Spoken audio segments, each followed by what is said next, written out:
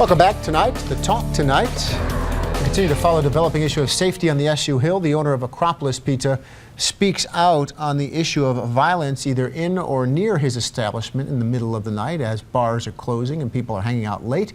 Recently, police and campus safety have issued warnings to students telling them to avoid the area, especially in that kind of the witching hour late at night, somewhere between 1:30 and 3 in the morning when bars are closing. And they said that that's the time that they really don't want kids and students to be near Acropolis in particular. The owner of Acropolis says that's not right. If you're going to shut me down at 1:30, you should start shutting the bars down at 1 o'clock, for example, to do something about the problem. Michael Benny joins us now for The Talk Tonight, as he does every night at this time. And this is something we've been talking about for several weeks now, a series of violent crimes that have been happening in the Marshall Street area, University Hill, sometimes in the neighborhoods, student housing areas. And police and public safety at SU have raised this flag saying, we've got a problem here, which, as we've talked about in this time before, is kind of unusual for the university to be so public about it, because they don't really like the negative to come out on this, but they have to in this case. Well, yeah, and as we've said before, it's a good thing that they are coming forward and being so strong about this, because they better get a handle on this and get a handle on it fast. You know, when parents are looking to see where they're going to send their kids to school and they do a search about, you know, crime near Syracuse University, we just did it a few minutes ago, and there was a laundry list of articles that popped up. That's very unnerving to parents. The city has a tool in its arsenal, and it really has very little to do with you know, an actual weapon. It's the law, and it says that it's really a 3 strikes. They have used it before. I remember most notably to shut down a problem corner market. Yeah. That was the scene of the nuisance abatement law. Mm-hmm. The Acropolis Pizza has 2 on its record right now.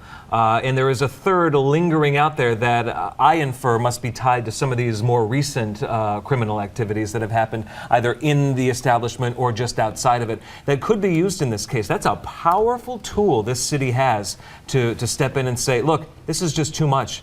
It's got to go. But for it to be happening right in the center of that university district is a lot different than happening on a corner store in a poor neighborhood that's been documented as a place where there's been shootings or stabbings or drug deals going on. So this is another level, but it'd be an interesting use of the law if they can do that. Let's listen to what the owner of Acropolis said to our Jim Kenny today, talking about this publicly for the first time. Why they don't come to the bars and tell them close 1 o'clock? If they close the street, they gotta close everybody. They cannot choose me. See, if it happens in the other street, well, name me. The other day, it happens in front of the hotel, they name me. They didn't say the hotel, they say me, for some reason. Everything happens in this area, it's me. Well, listen, the big issue here is, you know, we know that there are burglaries around campus. I mean, you know, back when I was in school, that was something that was pretty common. We're talking about some pretty violent stuff here. You know, there's been a shooting nearby, a stabbing right outside of Acropolis's doors. So there's good reason, you know, they really need to get a handle on the situation right now. Well, the Syracuse police are trying to just get some help from this restaurant, and here's what the police are saying tonight.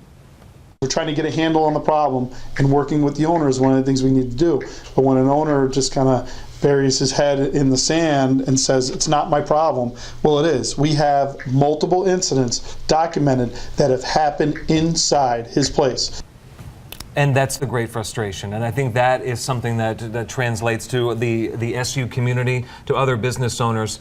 It's a problem when someone simply says, this isn't my problem, even though I own the restaurant. I expect more from a member of the business community. No one wants to be shut down, and that is certainly not what this hardworking immigrant wants, who has built a successful company. But he needs to meet people halfway, perhaps. But come on. Yeah. Come on. Thank you, Michael. Coming up, our talk continues to